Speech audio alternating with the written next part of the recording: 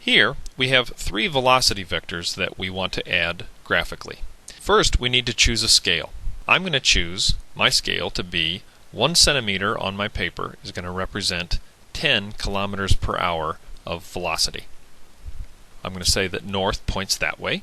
So now I'm going to draw my first vector, 53 kilometers per hour at 25 degrees north of west. So west is to the left. 25 degrees to the north of west is an angle something like this. So whenever you see this direction, I always start with the last thing, west, and then I rotate that 25 degrees to the north, and I want to have my vector, in this case, to have a length of 5.3 centimeters. Then we want to draw vector number 2 at an angle of 20 degrees south of west. So again, here's west, and 20 degrees to the south will look like that.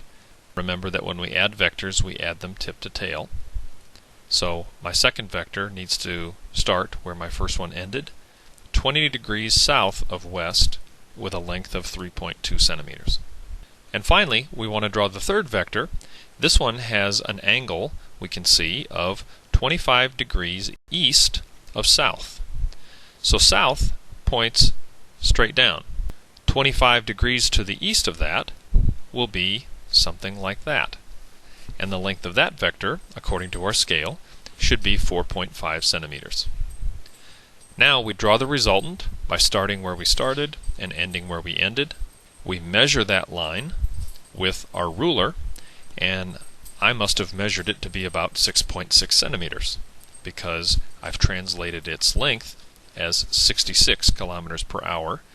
Then we need a direction, and the direction must always be measured relative to something back here where we started.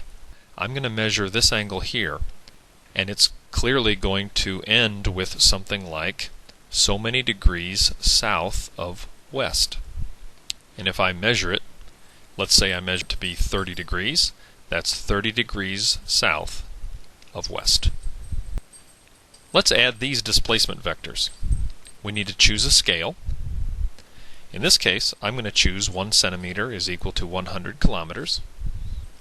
Remember that it doesn't matter in which order I add these vectors. I'll get the same answer every time, but I'm just going to take them in order just for convenience. So if north is straight up, then east is to the right, and my first vector, which is oriented at 20 degrees north of east, would have an angle something like that and a length of 11.6 centimeters. Then I want to draw vector 2 from the end of vector 1. To the east is to the right, and this vector has a direction of 60 degrees south of east. 60 degrees south of east would have that direction, and the length of that line would be something like 4.7 centimeters. The last vector then has an angle 70 degrees north of west.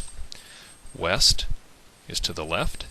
70 degrees to the north is going to be something like that. And the length of that vector is fairly short, only 2.8 centimeters according to our scale. To draw the resultant, we start where we started and end where we ended. If we were to measure that, it would come out to be perhaps 13 centimeters, which we would convert into 1,300 kilometers, and then we need a direction. And recall that the direction must always be measured relative to some fixed reference line and back where we started. I think it might be helpful to report the direction as so many degrees north of east. And I just get out my protractor and I measure it. And if it comes out to be about 12 degrees, my entire vector is 1,300 kilometers at 12 degrees north of east.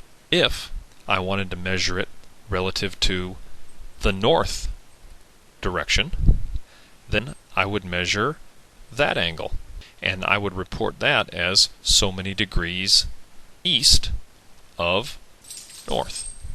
And of course it wouldn't be 12. It would be more like 78.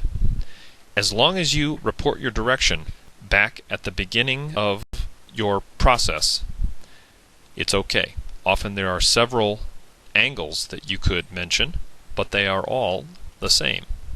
Let's summarize graphical addition of vectors 2. The most common problem students have when adding vectors graphically is that they have trouble correctly finding the angle of the resultant. Just remember that the angle must be measured back where you started drawing your first vector, and it must be measured relative to a fixed reference direction, like east or north or 0 degrees. Don't measure the angle relative to one of the vectors you have drawn.